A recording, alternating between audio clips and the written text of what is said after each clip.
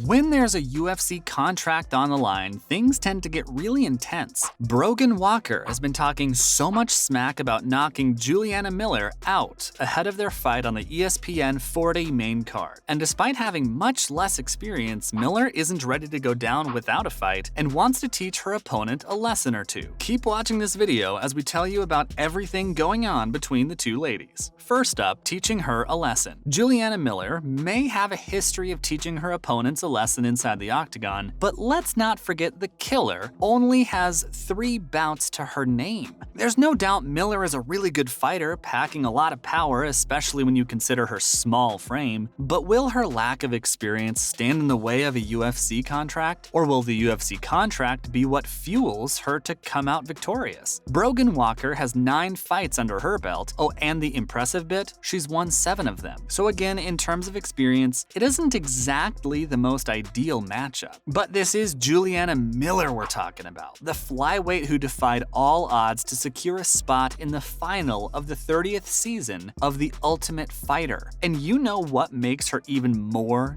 dangerous? She's really eager to get her revenge for all the smack Walker's been talking. Walker has been going on and on about how she can't wait to get her hands on Juliana and knock her down in no time. Believe it or not, she's actually been comparing herself to Amanda Nunes, claiming she's going to put on a similar title-winning dominant performance at the ESPN 40 fight night. Juliana, however, isn't really worried about what she has to say. She's already described Walker's game plan in great detail, and that's also what makes it scary. We'll get to her game plan in a bit, but we gotta hand it to her. She sure knows how to get the fans charged up. Miller has been saying stuff like how she knows Walker's more experienced and really strong, but she isn't entertaining, and if the fans want entertainment, they know who to back. Next, what's the game plan? You're probably wondering though, Juliana isn't going to win on entertainment alone. The point remains the same. She still finds herself standing across a much experienced and stronger fighter. But not to worry, Miller has a really solid game plan that she thinks will help her secure the UFC contract. The killer claims Walker has no idea what's in store for her, and that she's in for a really shocking night. The first strike that lands on her chin will have her running circles inside the octagon trying to take the fight to the floor. And even then, Miller went full Mystic Mac and said things like how she's already imagined the entire fight, and she sees herself submitting Walker on the floor. She's really confident, we gotta give her that much. But you also have to look at how all this could just be an attempt to get inside her head. Again, Walker isn't exactly new to the game or something. We're literally comparing fighters with a 6-fight difference. Anyway, Miller isn't letting her confidence and psychic abilities get to the best of her.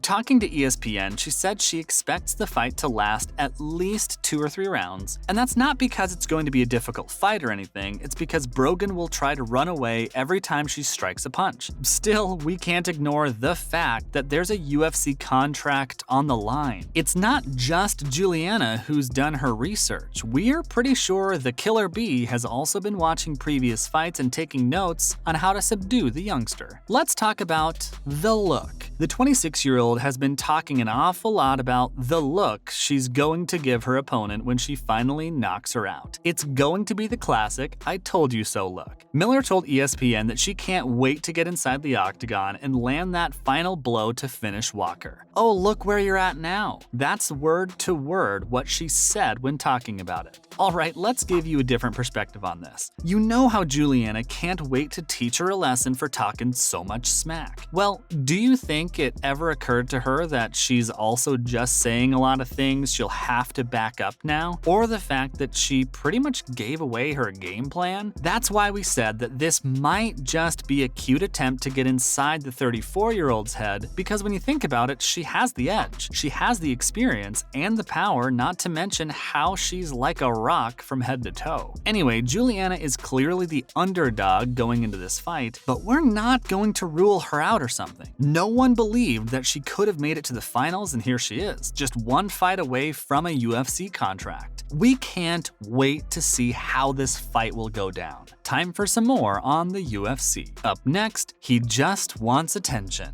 There was a time when Jorge Masvidal was literally the king of the promotion. Pair all that swagger with exceptional trash trash-talking abilities, and you had yourself a UFC superstar. Not to mention the record for the fastest knockout in UFC history, but nowadays, it just seems like he's doing everything he can to stay relevant. Anything he says or does is for attention. Fans and fighters have both been calling Khamzat versus Nate the biggest matchup this year. Like, let's not forget that Dan Hardy even talked about filing a lawsuit against the promotion for sending a fighter to his own funeral, but you guessed it, Masvidal loves being controversial. Despite what everyone is saying, he's picked Nate Diaz as the favorite, claiming Khamzat isn't all that what people think he is. Well, if he isn't all that, then why didn't you fight him? Khamzat called Gamebred out multiple times, but he didn't even respond. And don't get us wrong, we'd love a twist in the tale. We can't imagine a better ending for Nate Diaz. But facts are facts, and when you look at things for what they really are, Khamzat is younger. He's more hungry, and he is not afraid. Anyway, Masvidal still put his money on Khamzat because he just wanted to get attention,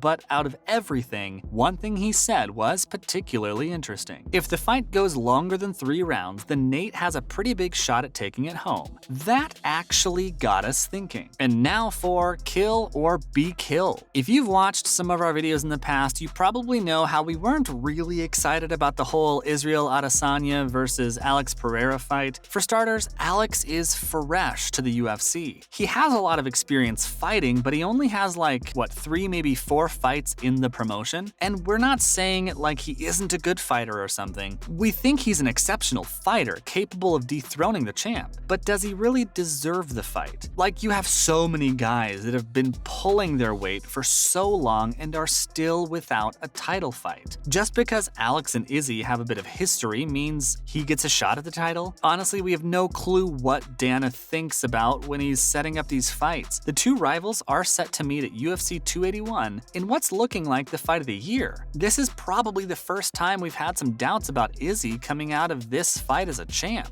But hey, at least he has the right attitude. Kill or be killed. Finally, is it over? Conor McGregor has been doing everything instead of making a comeback in the UFC. We've been hearing stuff like how he's going to return in 2023 and take over the welterweight division. But how's he gonna do that while starring in a film? The Irishman has already hinted at retirement in the past quite a few times, but we think a major role in a Hollywood movie was missing. Now that he's secured a leading role in a remake of the film Roadhouse, we think he's pretty serious about packing the bags. MMA, I'll never forget you. Easy work. That's what he tweeted a day ago. And if you ask us, we think this is really goodbye now. It's like all the pieces have fallen into play. A role in a new movie, multiple businesses, endorsements. The Irishman really doesn't need to fight ever again. And you know how they say, waking up to train or run is really difficult when you sleep in silk sheets. Anyway, we'll only believe it when we hear it. That's it from our side, folks. So what do you think? Will Juliana's power be enough to get her to win against an experienced Brogan Walker? And who do you think is more deserving of a UFC contract? Let us know in the comments below. Remember, don't forget to like this video and subscribe to our channel for more exciting videos in the future. Thanks for watching and see you next time. And